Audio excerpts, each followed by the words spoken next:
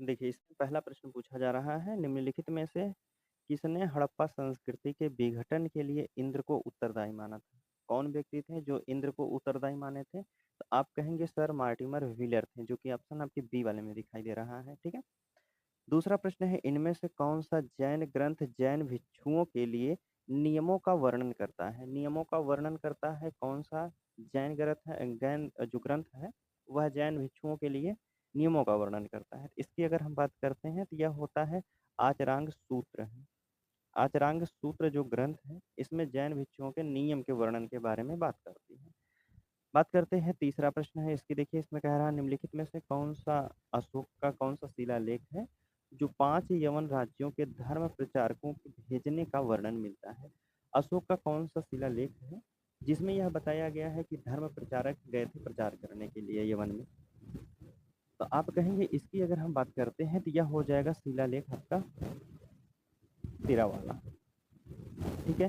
जो कि ऑप्शन आपके डी वाले में दिया गया है, 13वां शिलालेख में। ऋग्वेद में उल्लिखित 10 राज युद्ध किस नदी के तट पर लड़ा गया था? 10 राज युद्ध जो हुआ था किस नदी के तट पर लड़ा गया था? इसकी अगर बात करते हैं तो चारों ऑप्शन में से आपका हो जाएगा परुष्णी नदी के तट पर लड़ा गया था। कौन सी नदी पर? परुष्णी नदी के तट पर लड़ा गया था, जिसे रावी के नाम से भी जाना जाता है।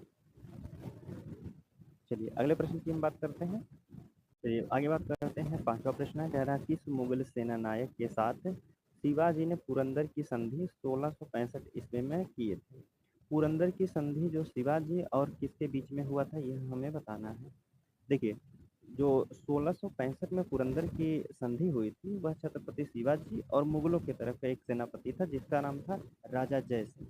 कौन था? राजा जय सिंह, जो कि ऑप्शन आपके पहले वाले में ही दिया गया था, ठीक है? आप कहेंगे पहला वाला ऑप्शन यहाँ बिल्कुल सही हो जाएगा। इन दोनों के बीच में जो है पुरंदर की संधि पर हस्ताक्षर किए गए थे, ठीक है? चलिए आगे बात कर लेते हैं। छठवां प्रश्न है, इसमें आपसे पूछा गया है निम्न अवसरों में से किस पर जनगण मन पहली बार गाया गया था? इन चारों ऑप्शन में से दिया गया है कहाँ पर जो है जनगण मन जो गाया राष्ट्रगान है अपना, वह कब गाया गया था और पहली बार कहाँ गाया गया था? तो देखिए अगर हम बात करते हैं तो 27 नवंबर 1911 में जो भारतीय राष्ट्रीय कांग्रेस के कलकत्ता अधिवेशन हुआ था, उसी में गाया गया था। कब का हुआ था? तो आप कहेंगे 27 दिसंबर 1911। 27 दिसंबर 1911 वाला कांग्रेस अधिवेशन, जो कि ऑप्शन आपके सी वाले में दिया गया है, ठीक है? तो आप कहेंगे सी वाला यहाँ बिल्कुल सही हो जाएगा। चलिए आगे बात कर लेते हैं। निम्नलिखित में से कह रहा है कि बम्बई त्रिमूर्ति के नाम से किसे जाना जाता है? बम्बई त्रिमूर्ति के नाम से किसे जाना जाता है, यह हमें बताना है। बम्बई की बात करते हैं, बम्बई के 3 जो हैं प्रमुख संप्रदाय का प्रतिनिधित्व करने वाले 3 व्यक्ति थे। कौन थे? फिरोज शाह मेहता थे, बदरुद्दीन तैयबसी थे और केटी तेलंग थे। कौन-कौन से थे? आप कहेंगे फिरोज शाह मेहता थे। फिरोज शाह मेहता किसने दिया है? मेहता दिया है। फिरोज शाह मेहता, तेलंग और तैयबसी दिए गए हैं आपके ऑप्शन सी वाले में, तो आप कहेंगे यहाँ सी वाला बिल्कुल सही हो जाएगा। बम्बई त्रिमूर्ति के नाम से इन तीनों व्यक्तियों को जाना जाता है। चलिए आगे बात कर लेते हैं। देखिए 8वां प्रश्न में आपसे पूछा गया भारत छोड़ो आंदोलन के समय कौन युवा महिला नेत्री अवज्ञा और प्रतिरोध का प्रतीक थी? भारत छोड़ो आंदोलन के समय कौन युवा महिला नेत्री थी जो अवज्ञा और प्रतिरोध का प्रतीक थी? कौन महिला थी? तो आप कहेंगे यह थी अरुणा आसफ अली द्वारा जो है भारत छोड़ो आंदोलन में अग्रणी भूमिका निभाने का निर्वहन का जो काम किए थे, वह कौन थे? तो आप कहेंगे अरुणा आसफ अली थी, जो कि ऑप्शन आपके डी वाले में दिखाई दे रहा होगा। आप कहेंगे डी वाला यहाँ बिल्कुल सही हो जाएगा। यह अवज्ञा और प्रतिरोध का एक प्रतीक युवा नेतृत्व है, ठीक है? चलिए आपसे पूछा गया है भारतीय राष्ट्रीय कांग्रेस की प्रथम महिला अध्यक्ष निम्नलिखित में से कौन है? भारतीय राष्ट्रीय कांग्रेस की प्रथम महिला अध्यक्ष की अगर हम बात करते हैं, क्या है भारतीय राष्ट्रीय कांग्रेस की प्रथम महिला अध्यक्ष की, प्रथम भारतीय महिला अध्यक्ष, अगर इनकी बात की जाएगी तो प्रथम भारतीय महिला अध्यक्ष की बात करेंगे तो आप कहेंगे सरोजनी नायडू हो जाएगा। क्या हो जाएगा? सरोजनी नायडू हो जाएंगी, ठीक है? सरोजनी नायडू हो जाएंगी। यह कब हुआ था? तो आप कहेंगे जो 40वां अधिवेशन हुआ था कानपुर में 1925 में हुआ था, ठीक है? 1925 में कांग्रेस का 40वां अधिवेशन हुआ था, जिसकी अध्यक्षता कौन की? तो आप कहेंगे सरोजिनी नायडू द्वारा किया गया था। ठीक है, चलिए आगे बात कर लेते हैं। भारतीय महिला थी सरोजिनी नायडू। देखिए ऑप्शन में दिया गया है, क्या क्या दिया है। Arora Asaf Ali, Sucheta Kripalani, Annie Besant. अच्छा, एनी बेसेंट, एक मिनट इसमें आप लेकिन ये ऑप्शन दिया ना ई वाला, तो आप कहेंगे ई वाला यहाँ से ही होगा, क्योंकि भारतीय महिला हमसे पूछा गया था। तो भारतीय की बात करते हैं तो सबसे पहले कौन थे, सरोजिनी नायडू ही थी। एनी बेसेंट की बात करते हैं तो यह 32वां अधिवेशन जो हुआ था 1917 में, उसकी अध्यक्षता की थी। 1917 में जो हुआ था अधिवेशन, कांग्रेस का 32वां अधिवेशन, जिसकी अध्यक्षता की थी एनी बेसेंट। लेकिन यह भारतीय है नहीं, तो हमसे भारतीय वाला पूछा गया था, तो आप कहेंगे सरोजिनी नायडू वाला ऑप्शन लगाना है। सरोजिनी नायडू का नाम नहीं दिया गया, तो आप कहेंगे इनमें से कोई नहीं। ठीक है, चलिए किसके सुझाव पर, देखिए अब इसमें 10 नंबर के प्रश्न में पूछा गया है, किसके सुझाव पर भारतीयों को साइमन कमीशन के बाहर रखा गया था। किसके कहने पर जो है भारतीयों को साइमन कमीशन में शामिल नहीं होने दिया गया था, कौन व्यक्ति था, तो आप कहेंगे Lord reading, Lord Chelmsford, sir John Simon थे, या फिर लॉर्ड इरविन थे। देखिए इनमें से एक व्यक्ति है जो लॉर्ड इरविन है। इस व्यक्ति के कहने पर भारतीयों को जो है साइमन कमीशन में शामिल नहीं किया गया। और साइमन कमीशन भारत कब आया था, आप कहेंगे 3 फरवरी 1928 में यह साइमन कमीशन भारत आया था। कब आया था, 3 फरवरी 1928 में साइमन कमीशन भारत आया था। और लॉर्ड इरविन के कहने पर भारतीयों को इसमें शामिल नहीं किया गया था। ठीक है, जिसमें कुल सदस्य की बात करते हैं तो 7 सदस्य थे और 7 अंग्रेज व्यक्ति थे। ठीक है, चलिए 9 डिग्री चैनल अवस्थित है। 9 डिग्री चैनल कहाँ कहाँ स्थित है, आप कहेंगे किसके किसके बीच में, तो आप कहेंगे मिनिकाय और कावारती के बीच में है, लक्षद्वीप में। ठीक है, कावारती और मिनिकाय, कावारती मिनिकाय किस ऑप्शन में, पहले वाले में ही दिया गया है, तो आप कहेंगे पहला वाला यहाँ बिल्कुल सही हो जाएगा। ठीक है, कावारती और मिनिकाय हो जाएगा। चलिए आगे बात कर लेते हैं। 12 नंबर का प्रश्न है, देखिए इसमें पूछ लेते हैं, बात की जा रही है भूमध्य सागरीय जलवायु की विशेषता है। भूमध्य सागरीय जलवायु की विशेषता क्या है, किसके लिए उसे जाना जाता है, तो आप कहेंगे इसकी जो भूमध्य सागरीय जलवायु की विशेषता है, यह उष्ण ग्रीष्म ऋतु एवं आर्द्र जड़े से जो है ऋतु होती है। क्या होता है, उष्ण ग्रीष्म ऋतु एवं आर्द्र जाड़े की ऋतु होती है, इसलिए भूमध्य सागरीय जलवायु की यह विशेषता बताई गई है। ठीक है, चलिए आगे हम बात कर लेते हैं। अगर हम बात करते हैं इसमें खेती कौन कौन सी की जाती है, भूमध्य सागरीय जलवायु में अगर हम खेती की बात करते हैं तो यह रसीले फलों के लिए विश्वविख्यात है, जिसमें नींबू, संतरा, जैतून और अंजीर, अंगूर की भी खेती की जाती है। मकर संक्रांति के समय कर्क रेखा पर दोपहर के सूर्य का उतांश होता है। मकर संक्रांति पर जो है कर्क रेखा पर दोपहर में सूर्य का उतांश कितना होता है, तो आप कहेंगे यह हो जाएगा 43 डिग्री का होता है। कितना हो जाएगा, 43 डिग्री, आपके ऑप्शन डी वाले में दिया गया है। आगे हम बात कर लेते हैं। चलिए 15 नंबर के प्रश्न में पूछा गया निम्नलिखित नदियों में से किनके मध्य जो है विष्ट दोआब है। दोआब क्या होता है और विष्ट दोआब हमसे पूछा गया है। विष्ट दोआब पहले हम बता देते हैं, विष्ट दोआब क्या होता है इसकी बात करते हैं। तो यह विष्ट दोआब जो है ब्यास और सतलज नदी के बीच में। देखिए दोआब होता है दो नदियों के बीच का जो क्षेत्र होता है, जिसमें बस्तियां बसा के लोग रहते हैं, उसे कहा जाता है दोआब। अब देखिए विष्ट की बात करते हैं, इसमें नाम से ही पता चल जाएगा कौन सा दोआब पूछा जा रहा है। विष्ट की ब से व्यास नदी और स से आपको विष्ट सतलज नदी हो जाएगा। रावी और व्यास की अगर हम बात करते हैं, रावी व्यास का पूछा जाएगा तो कौन सा हो जाएगा, तो आप कहेंगे इनके बीच में बारी दोआब है। कौन सा, रावी और व्यास का कौन सा हो जाएगा, बारी दोआब, बारी दोआब। ब से क्या कहेंगे, आप कहेंगे व्यास नदी, और रा से क्या हो जाएगा, रावी नदी। झेलम चिनाब की बात करते हैं तो झेलम चिनाब वाला कौन सा दोआब हो जाएगा, झेलम के साथ चिनाब वाला, जैसे दोआब होता है। ठीक है, झेलम और चिनाब के बीच में यह होता है। अब देखिए चिनाब और रावी की बात कर लेते हैं। चिनाब और रावी के बीच में कौन सा दोआब हो जाएगा, चिनाब और रावी के बीच में होता है रचना दोआब। क्या हो जाएगा, रचना दोआब। रा से क्या हो जाएगा, रावी नदी, च से चिनाब नदी हो जाएगा। बस नदियों के नाम से आपको पता चल जाएगा। लेकिन हमसे पूछा गया था विष्ट द्वाब या विस्ता द्वाब भी कहीं कहीं मिल जाएगा, तो आप कहेंगे व्यास और सतलज के नाम पर। चलिए आगे हम बात कर लेते हैं। 15 नंबर का प्रश्न है, इनमें से कौन भारत में सबसे बड़ा मशीनीकृत खान है। इनमें से कौन-सा सबसे बड़ा मशीनीकृत खान है, उसे हमें बताना है। रत्नागिरी खान है, जयपुर खान है, सुंदरगढ़ की खान है या फिर बैलाडीला की खान है। या इनमें से कोई नहीं, यह भी आपको ऑप्शन में दिया गया है। देखिए, अगर हम बात करते हैं मशीनीकृत खान की, तो यह आपका हो जाएगा कौन-सा, बैलाडीला की खान। बैलाडीला की खान जो है छत्तीसगढ़ में स्थित है। इसमें जो है उत्तम कोटि के हेमाटाइट और मैग्नेटाइट लोहा के अवश्य पाए जाते हैं। और यह कहाँ से है, तो आप कहेंगे बैलाडीला की खान कहाँ है, छत्तीसगढ़ में। चलिए आगे हम बात करते हैं गवर्नमेंट ऑफ इंडिया एक्ट 1935 को किसने दासता का एक नया अधिकार पत्र कहा। कौन व्यक्ति थे जिनने जो कहे थे 1935 में, जो गवर्नमेंट ऑफ इंडिया एक्ट आया था 1935 का, उन्हें कहा जाता है दासता का एक नया अधिकार पत्र। दासता का एक नया अधिकार पत्र कहने वाले थे पंडित जवाहरलाल नेहरू। किस व्यक्ति ऑप्शन में दिए हैं, तो आप कहेंगे बी वाले ऑप्शन में दिए गए हैं, पंडित जवाहरलाल नेहरू दिए गए थे। ठीक है, चलिए आगे हम बात कर लेते हैं।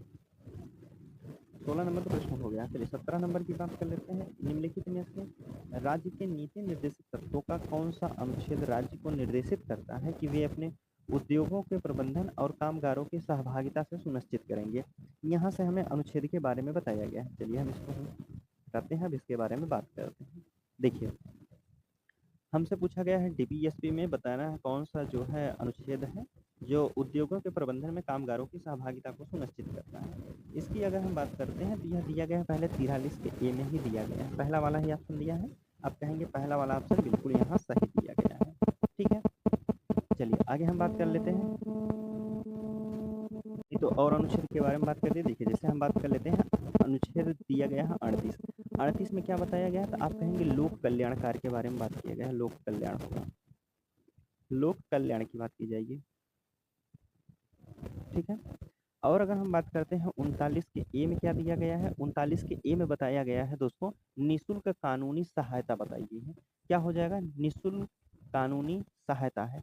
और वहीं अगर हम 45 की बात करते हैं तो अनुच्छेद 45 में जो बताया गया है डीपीएसपी के अंतर्गत अनुच्छेद 45 में, इसमें बताया गया है 6 वर्ष से कम या 6 से 14 वर्ष से अधिक बच्चों का जो है देख रेख सरकार करेगी। ठीक है, यह राज्य का कर्तव्य हो जाएगा, सरकार नहीं करना उचित है। राज्य का कर्तव्य और डीपीएसपी का कदम बताए गए हैं। ठीक है, चलिए आगे बात कर लेते हैं। देखिए, इसमें पूछा गया है कि केंद्र सरकार और राज्य सरकारों को प्राधिकार प्राप्त होता है।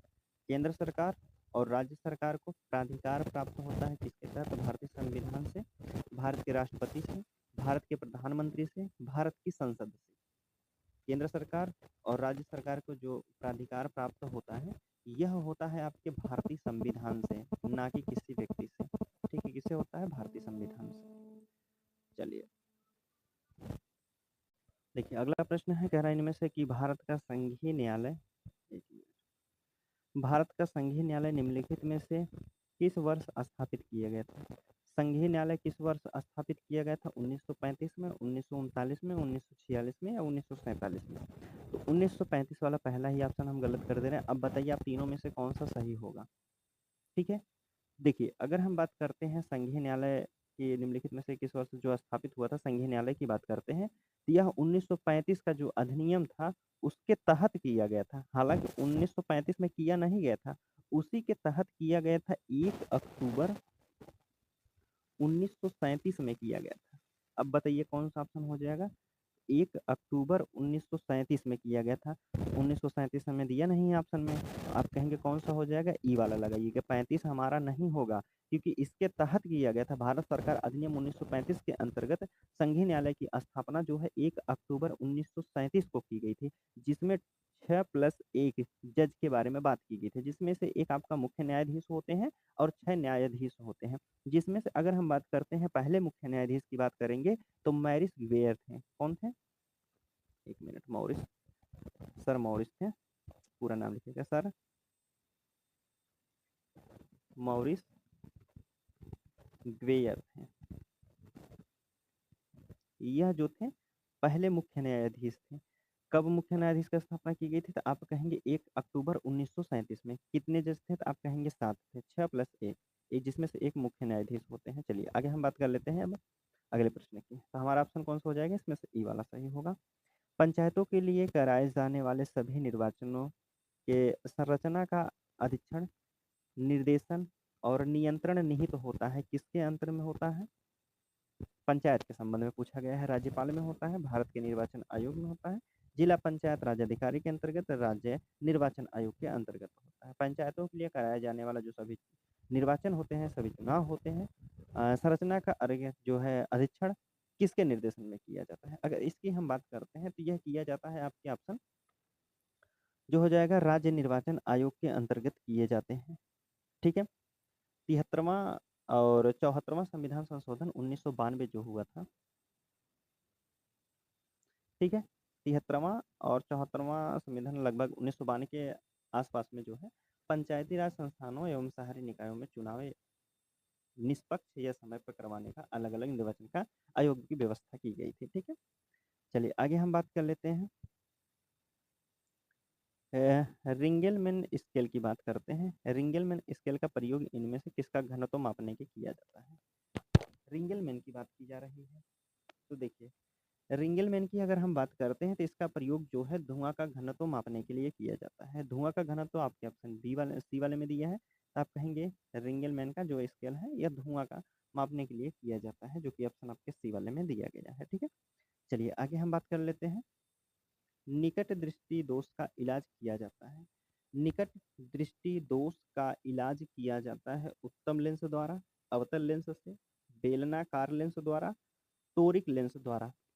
निकट दृष्टि दोष वाला पूछा है। निकट दृष्टि दोष की जब भी बात की जाएगी तो आप कहेंगे यह हो जाएगा अवतल लेंस के बारे में बात की जा रही है।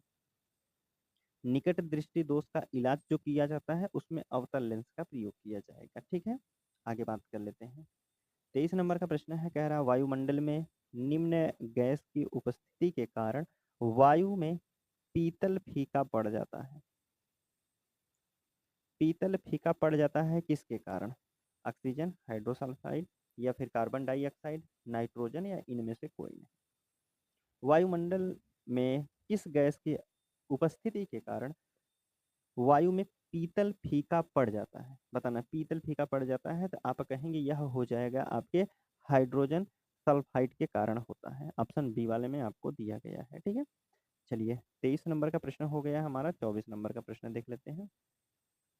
जीव विज्ञान नाम किसने दिया था? चलिए बताइए, जीव विज्ञान नाम देने वाले कौन व्यक्ति हैं? अरस्तु द्वारा, लैमार्क द्वारा, डार्विन द्वारा या फिर लिनियस द्वारा दिया गया था?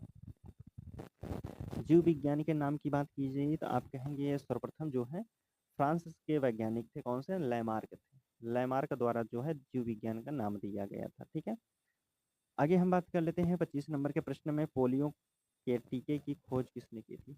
पोलियो का जो टीका लगाया जाता है उसकी खोज करने वाले कौन व्यक्ति हैं, यह हमें बताना है। जो टीका का खोज करने वाले हैं यह है आपके जान साल्क है। जान साल्क नाम के एक व्यक्ति हैं। इन्होंने 1952 में पोलियो का टीका का इलाज किया था। ठीक है, खोज किए थे। चलिए आगे हम बात कर लेते हैं। 26 नंबर का प्रश्न है, इसकी बात करते हैं। निम्नलिखित में से किस समिति द्वारा भारत में गरीबी के आकलन हेतु पहली बार स्वास्थ्य एवं शिक्षा पर होने वाले निजी व्यय को भी शामिल किया गया था? किस समिति द्वारा शामिल किया गया था? तो आप कहेंगे यह किया गया था तेंदुलकर समिति के द्वारा, जो कि ऑप्शन आपके सी वाले में दिया गया है। सर्वप्रथम क्षेत्रीय ग्रामीण बैंक की शुरुआत कब की गई थी? क्षेत्रीय ग्रामीण बैंक की शुरुआत जो की गई थी यह आपका किया गया था 1975 में किया गया था। कब किया गया था? 1975 में किया गया था, जो कि ऑप्शन आपके सी वाले में दिया है। चलिए 27 नंबर का प्रश्न हो गया। 28 की बात करते हैं। देखिए, इसमें आपसे पूछा गया है राष्ट्रीय खाद्य सुरक्षा अधिनियम लागू हुआ था। राष्ट्रीय खाद्य सुरक्षा अधिनियम कब लागू किया गया था? तो राष्ट्रीय खाद्य सुरक्षा अधिनियम की हम बात करते हैं तो यह लागू हुआ था सितंबर 2023 में। इसकी हम बात करते हैं तो सितंबर 2013 में। कब किया गया था? 2013 में। 23 हमने गलती से बोल दिया है। देखिए कब हुआ था, तो आप कहेंगे 2013 में हुआ था, जो कि ऑप्शन आपके नहीं दिया है, तो आप कहेंगे इनमें से कोई नहीं हो जाएगा, ई वाले में हो जाएगा, बिल्कुल सही। चलिए आगे हम बात कर लेते हैं 29 नंबर के प्रश्न में। National food for work programme, Bharat में national food for work programme किस वर्ष में शुरू किया गया था? कब शुरू किया गया था? तो आप कहेंगे यह शुरुआत की अगर बात होगी, इसके शुरुआत की तो यह आपका हो जाएगा 2004 में जो है इसकी शुरुआत की गई थी। कब की गई थी? 2004 में इसकी शुरुआत की गई थी। चलिए 30 नंबर का प्रश्न है, मुक्त बाजार अर्थव्यवस्था का एक महत्वपूर्ण पहलू है। किसका महत्वपूर्ण पहलू है? मुक्त बाजार अर्थव्यवस्था। मुक्त बाजार अर्थव्यवस्था जो है पूंजीवादी का एक महत्वपूर्ण पहलू है, जो कि ऑप्शन आपके सी वाले में दिखाई दे रहा होगा। चलिए आगे हम बात कर लेते हैं। कह रहा है कि चपचारकूट राज्य का एक त्योहार है। यह झूम ऑपरेशन के सबसे कठिन कार्य यानी जंगल के अवशेषों को साफ करके खेती की जाती है। पूरा होने के बाद इसे मार्च के दौरान मनाया जाता है। झूम कृषि भी ये पूछा जाता है, स्थानांतरित कृषि इसी का नाम है। और इसमें क्या होता है, देखिए जैसे कुछ लोग होते हैं, एक क्षेत्र में खेती करते हैं, वहाँ से जंगल को काटते हैं, साफ करते हैं, फिर खेती करते हैं, फिर उसके बाद जो है वहाँ से हट के उस खेत को छोड़ करके फिर दूसरी जगह जाते हैं, जंगल को काटते हैं, फिर इसे ऐसे प्रक्रिया को अपनाते हैं। तो उन्हें क्या कहा जाता है? कौन से लोग होते हैं? नागालैंड के होते हैं, मिजोरम के होते हैं, छत्तीसगढ़ के, या फिर झारखंड के। हमने बताया है ऐसा कहाँ देखा जाए मिले, कब मिले?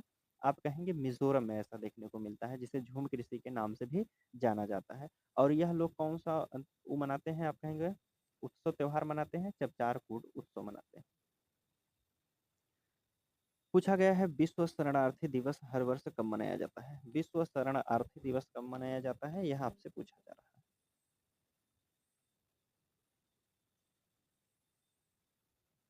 शरणार्थी दिवस पूछा गया है। विश्व शरणार्थी दिवस यह मनाया जाता है, आपके कहेंगे कितने कब मनाया जाता है? तो यह मनाया जाता है आपका 20 जून को मनाया जाता है शरणार्थी दिवस। ठीक है, 20 जून को मनाया जाता है। अगर हम 22 जून की बात करते हैं तो 22 जून को क्या मनाया जाता है? तो आप कहेंगे अंतर्राष्ट्रीय जैव विविधता दिवस मनाया जाता है। वहीं 18 जून की अगर हम बात करते हैं तो गोवा क्रांति दिवस के नाम से मनाया जाता है इसे। 17 जून की बात करते हैं तो विश्व मरुस्थलीकरण और सूखा निवारण दिवस के नाम से जाना जाता है। 17 जून को क्या मनाया जाता है? तो आप कहेंगे सूखा निवारण दिवस या फिर विश्व मरुस्थलीय दिवस मनाया जाता है। 1948 में ओलंपिक खेलों का आयोजन स्थान दो है सॉरी 1948 में जो ओलंपिक खेलों का आयोजन हुआ था वह किस स्थल पे हुआ था? मेलबर्न में, लंदन में, रोम में, एथेंस में। बताना है 1948 का जो ओलंपिक हुआ था। 1948 का जो ओलंपिक हुआ था यह हुआ था आपके लंदन में हुआ था। कहाँ हुआ था? लंदन में हुआ था। ठीक है, चलिए आगे हम बात कर लेते हैं। 34 नंबर का प्रश्न है, वन अनुसंधान संस्था देहरादून की स्थापना इंपीरियल वन अनुसंधान संस्थान के रूप में की गई थी। किस वर्ष इसे इंपीरियल वन अनुसंधान संस्था के नाम से जाना जाता है? ठीक है, कह रहा है इंपीरियल वन अनुसंधान के रूप में स्थापित किया गया था। कब से जाना गया इसे? इंपीरियल वन अनुसंधान संस्थान के रूप से। अगर इसकी हम बात करते हैं तो यह 1906 से जाना गया। ठीक है, 1906 में वन अनुसंधान संस्था जो देहरादून की स्थापना इंपीरियल वन अनुसंधान संस्था के रूप में वर्ष 1906 से किया गया था। ठीक है, ऑप्शन पहला वाला बिल्कुल सही हो जाएगा। राष्ट्रीय नमक सत्याग्रह स्मारक कहाँ स्थित है? राष्ट्रीय नमक सत्याग्रह कहाँ स्थित है? स्मारक की बात की जाएगी। आप कहेंगे जो नमक सत्याग्रह हुआ था वह महात्मा गांधी द्वारा किया गया था। आप कहेंगे महात्मा गांधी द्वारा किया गया था, गुजरात के साबरमती से किया गया था। ठीक है, नमक सत्याग्रह, लेकिन हमसे पूछा गया है कि नमक सत्याग्रह कहाँ स्थित है, जो है राष्ट्रीय नमक सत्याग्रह स्मारक कहाँ स्थित है? आप कहेंगे गुजरात की बात की जा रही है तो गुजरात में ही होगा, जो कि ऑप्शन आपके पहले वाले में ही दिया गया था। और प्रधानमंत्री नरेंद्र मोदी द्वारा 2019 में, कब? 2019 में जो है महात्मा गांधी की पुण्यतिथि के अवसर पर राष्ट्रीय नमक सत्याग्रह स्मारक को जो है राष्ट्र को समर्पित कर दिए हैं। चलिए, भारत के कितने राज्य और केंद्र शासित प्रदेश उत्तर प्रदेश की समवर्ती हैं? उत्तर प्रदेश से सीमा कौन कौन से राज्य या केंद्र शासित प्रदेश लगाते हैं? अगर हम बात करते हैं, थोड़ा सा ऊपर कर लेते हैं, उत्तर प्रदेश से पूछा गया है इसके पड़ोसी राज्य और केंद्र शासित प्रदेश। तो इसकी अगर हम बात करते हैं तो टोटल आपके कौन कौन से हो जाते हैं? देखिए, पहला तो आपका हो जाएगा उत्तराखंड, यहाँ हम लिख रहे हैं यूके हो जाएगा, यूके से उत्तराखंड। ठीक है, उत्तराखंड हो जाएगा। फिर हिमाचल प्रदेश हो गया, एचपी हो गया, दो हो गए। हिमाचल प्रदेश के बाद आप ले लीजिए हरियाणा को, एचआर हो गया। हरियाणा के बाद राजस्थान ले लीजिए, राजस्थान एमपी हो उसके बाद एमपी के बगल में आ जाइए तो आप कहेंगे मध्य प्रदेश के बाद छत्तीसगढ़ हो जाएगा। इस तरह हम लिख देते हैं, छत्तीसगढ़ हो गया। छत्तीसगढ़ के बाद जे लिख देते हैं झारखंड। झारखंड के बाद आपका आ जाएगा बिहार। ठीक है, इतने तो राज्य हो गए। कितना, 1 2 3 4 5 6 7 8। 8 तो राज्य हो गए हैं। और क्या केंद्र शासित प्रदेश से भी सीमा लगती है? तो आप कहेंगे जी, दिल्ली से भी इसकी सीमा लगती है। ठीक है, तो दिल्ली हो जाएगा। 8 तो राज्य, 8 + 1 बराबर कितना हो जाएंगे? तो आप कहेंगे 9। 8 और 1 का मतलब आप कहेंगे 8 राज्य हो जाएगा और 1 केंद्र शासित प्रदेश। टोटल 9 से सीमा साझा करता है। इसमें हमसे दोनों पूछा गया है, राज्य और केंद्र शासित प्रदेश से, तो आप कहेंगे 9 वाला ऑप्शन होगा। 9 नहीं दिया है तो आप ई वाला लगा दीजिए। ठीक है, चलिए हमसे पूछा गया है कनाडा की राजधानी क्या है? कनाडा की राजधानी इनमें से बता दीजिए आप कौन सा हो जाएगा। कनाडा की राजधानी की अगर हम बात करते हैं तो ओटावा होता है। क्या होता है? ओटावा है, जो कि ऑप्शन आपके डी वाले में दिया गया था। ठीक है, चलिए आगे हम बात कर लेते हैं। 37 हो गया है, 38 नंबर का प्रश्न देखते हैं। पूछा जा रहा है कि राज्य की मंत्रिपरिषद सामूहिक रूप से इसकी के प्रति जिम्मेदार होती है। किसके प्रति जिम्मेदार होती है राज्य की मंत्रिपरिषद? राज्यपाल के प्रति, विधानसभा, उच्च न्यायालय, मुख्यमंत्री के प्रति जिम्मेदार होती है। हमसे पूछा गया है राज्य की मंत्रिपरिषद सामूहिक रूप से, जो हो जाएगा यह विधानसभा के प्रति जिम्मेदार होती है, जो कि ऑप्शन आपके डी वाले में दिया गया है। और यह बात आपकी कही गई है अनुच्छेद 164 के 2 में बताई गई है। मधुशाला किसकी रचना है? बता दीजिए। सभी को पता है मधुशाला किसकी रचना है, तो आप कहेंगे हरिवंश राय बच्चन जी की रचना है। वही हरिवंश राय बच्चन जो अमिताभ बच्चन जी के पिताजी हैं। ठीक है, मधुशाला इन्हीं की कृति है। अगर हम बात करते हैं मैथिली शरण गुप्त की, तीन की पूछा जाता है भारत भारती। भारत भारती किसकी है? तो आप कहेंगे मैथिली शरण गुप्त की है। अगर हम बात करते हैं रविंद्रनाथ टैगोर की, तो इनकी देखे गीतांजलि पूछा जाता है अक्सर। गीतांजलि यह इन्हीं की है। और हम बात करते हैं और कौन लेखक दिए गए हैं? जयशंकर प्रसाद जी दिए गए हैं। इनके बारे में अगर हम बात करते हैं तो इनकी एक पूछी जाती है जयशंकर प्रसाद की, कमायनी आंसू। कमायनी आंसू लहर, यह अक्सर पूछी जाती है जयशंकर प्रसाद जी की। मैथिली शरण गुप्त की अगर हम बात करते हैं, मैथिली शरण गुप्त की हमने बता दिया है, भारत भारती हो गया है, मैथिली शरण गुप्त हो गए, रविन्द्रनाथ टैगोर हो गए, जयशंकर प्रसाद, हरिवंश राय बच्चन जी की दी गई है। ठीक है, चलिए आगे बात करते हैं। देखिए अभी अगला प्रश्न पूछा गया कह रहा है उस्ताद जाकिर हुसैन का संबंध है संगीत के किस वाद्य यंत्र से? पूछा गया है कि उस्ताद जाकिर हुसैन जो है कौन सा वाद्य यंत्र बजाते हैं? सभी को पता होगा कि तबला बजाते हैं, जो कि ऑप्शन आपके बी वाले में दिया गया है। ठीक है, तबला कौन बजाते हैं? उस्ताद जाकिर हुसैन बजाते हैं। अगर यही बात किया जाएगा सितार की बात कर लेगा, सितार कौन बजाते हैं? तो आप कहेंगे पंडित रविशंकर जी बजाते हैं। पंडित रविशंकर। ठीक है, ठीक है, बांसुरी की भी बात कर लेते हैं। बांसुरी कौन व्यक्ति बजाते हैं? तो आप कहेंगे हरिप्रसाद चौरसिया जी। हरिप्रसाद चौरसिया यहाँ लिख रहे हैं, हरिप्रसाद चौरसिया जी पूछा जाएगा तो क्या बजाते हैं? तो आप कहेंगे बांसुरी बजाते हैं। सरोद की भी बात कर लेते हैं। सरोद वाद्य यंत्र होता है, इसको बजाने वाले कौन व्यक्ति हो जाएंगे? तो अजमत अली खां है। कौन है?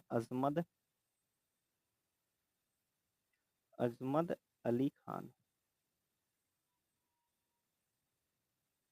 यह बजाते हैं, क्या बताएं? आप कहेंगे सरोद बजाते हैं। सितार पूछेगा तो पंडित रविशंकर, बांसुरी पूछेगा तो हरिप्रसाद चौरसिया, तबला को तो सभी जानते हैं, उस्ताद जाकिर हुसैन हो जाएंगे। चलिए अब हिंदी के प्रश्न यहाँ से शुरू होता है। तो आप कहेंगे संधि का, एक मिनट, हमसे पूछा गया है संधि का कौन सा युग्म जो है गलत बताया गया है? मैथ और रीजनिंग का जो है अलग से वीडियो अपलोड किया जाएगा। हमसे इसमें पूछा गया है कि संधि का कौन सा गलत युग्म, कौन सा गलत जोड़ा बताया गया है। देखिए संधि की अगर बात करते हैं, कह रहा है कि अनुदित, अनुदित की अनु प्लस उदित बिल्कुल सही दिया गया है।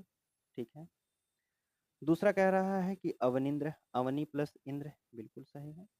श्रद्धानंद, श्रद्धा प्लस आनंद, श्रद्ध प्लस आनंद गलत, श्रद्धा प्लस आनंद होना चाहिए था ना। इसको छोड़ते हैं कुछ मिनट के लिए।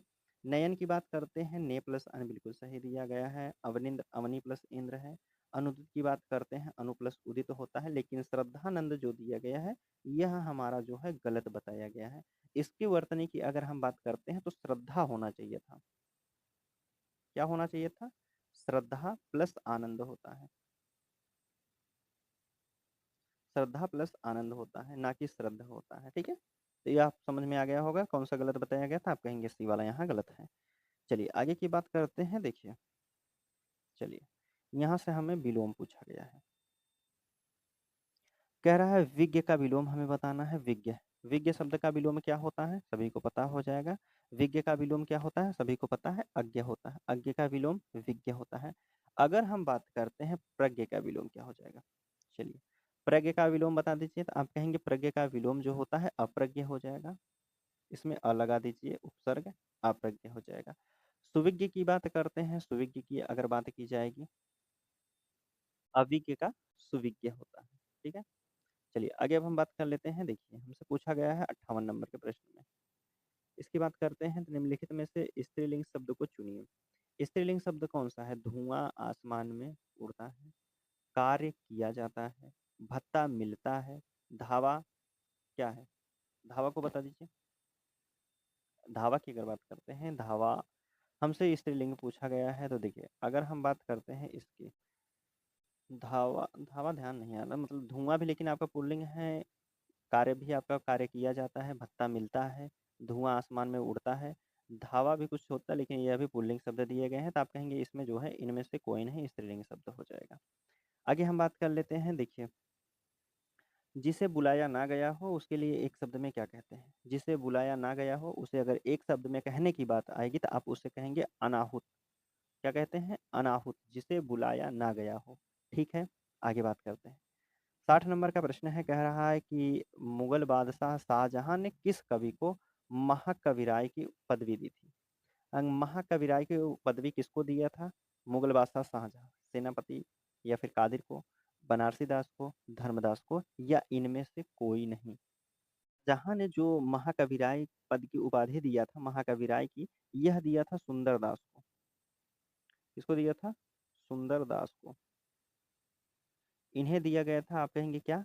महाकविराय की पदवी दी गई थी, जो इन ऑप्शन में नहीं दिए गए हैं। तो आप कहेंगे ऑप्शन ई वाला यहाँ बिल्कुल सही हो जाएगा। ठीक है, आगे बात करते हैं। गद्यांश की बात कर लेते हैं।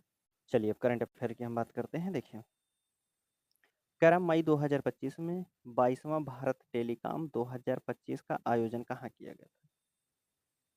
मई 2025 में 22वां भारत टेलीकॉम 2025 का जो है आयोजन कहाँ किया गया था? तो आप कहेंगे यह किया गया था अहमदाबाद में। कहाँ किया गया था? अहमदाबाद में किया गया है।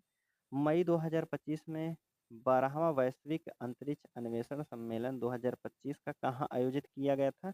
वैश्विक अंतरिक्ष अन्वेषण की बात की जा रही है। तो आप कहेंगे यह जो आयोजन किया गया था यह आपका किया गया था कहाँ? नई दिल्ली में किया गया था। कहाँ किया गया था? नई दिल्ली में किया गया था। आगे की हम बात कर लेते हैं। 93 नंबर का प्रश्न है, इसकी एक बात करते हैं। तो कह रहा मई 2025 में भारतीय वायुसेना के नए प्रमुख के रूप में किसने पदभार को संभाला है? मई 2025 में भारतीय वायुसेना के नए उप प्रमुख कौन हो जाएंगे? तो आप कहेंगे नए उप प्रमुख की बात की जा रही है। तो बिल्कुल आपका ऑप्शन बी वाला एयर मार्शल जो है नर्मदेश्वर तिवारी है। कौन है? एयर मार्शल नर्मदेश्वर तिवारी जी हैं। आगे हम बात कर लेते हैं।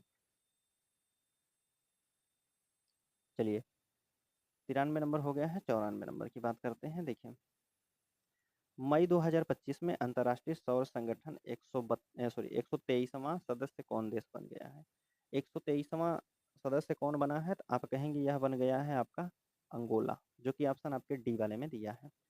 चलिए 94 के बाद देखिए 95 नंबर का प्रश्न है, इसकी बात कर लेते हैं।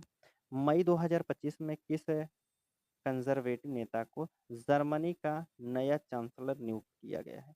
जर्मनी का नया चांसलर नियुक्त किसे किया गया है? तो आप कहेंगे यह किया गया है फ्रेडरिक मर्ज को किया गया है। फ्रेडरिक मर्ज को किया गया है। मई 2025 में नव भारत साक्षरता कार्यक्रम के अंतर्गत भारत का पहला पूर्ण साक्षर राज्य कौन घोषित किया गया है? आप कहेंगे पूर्ण साक्षर राज्य जो घोषित किया गया है, यह आपका मिज़ोरम किया गया है, उल्लास के तहत। चलिए आगे बात करते हैं। 11वें अंतर्राष्ट्रीय योग दिवस जो कि 21 जून 2025 की थीम क्या थी? 21 जून को मनाया जाता है अंतर्राष्ट्रीय योग दिवस। अब की बार की थीम क्या थी? तो आप कहेंगे अब की बार की जो थीम थी, yoga for one earth one health. ठीक है। देखिए 18 नंबर का प्रश्न है कि अंतर्राष्ट्रीय प्रतियोगिता में जो दोहा डायमंड लीग हुआ था 2025 में, भारतीय खिलाड़ी नीरज चोपड़ा ने कौन सा स्थान प्राप्त किया है? दोहा डायमंड लीग 2025 में नीरज जो प्राप्त किए हैं, नीरज चोपड़ा, यह द्वितीय स्थान प्राप्त किए हैं, जो कि ऑप्शन आपके बी वाले में दिया है। मई 2025 में न्यायमूर्ति संजीव खन्ना के स्थान पर भारत के 52वां मुख्य न्यायाधीश के रूप में किसने पद ग्रहण किया है, किसने जो है शपथ ग्रहण की है, यह बताना है। अगर इनकी बात करेंगे तो यह व्यक्ति है न्यायमूर्ति भूषण रामकृष्ण गवई हैं, जो कि ऑप्शन आपके पहले वाले में ही दिया गया है। चलिए लास्ट प्रश्न है, कह रहा है प्रत्येक वर्ष जो है राष्ट्रीय प्रौद्योगिकी दिवस कब मनाया जाता है? हर वर्ष राष्ट्रीय प्रौद्योगिकी दिवस कब मनाया जाता है? यह मनाया जाता है आपको 11 मई को मनाया जाता है। ठीक है, 11 मई को मनाया जाता है। ठीक है दोस्तों, आज हमारा प्रैक्टिस सेट यहीं समाप्त हुआ है, पहला प्रैक्टिस सेट था। बाकी वीडियो कैसी लगी है कमेंट के माध्यम से अपनी प्रतिक्रिया दीजिएगा। ठीक है, मिलते हैं आपसे अगले वीडियो में।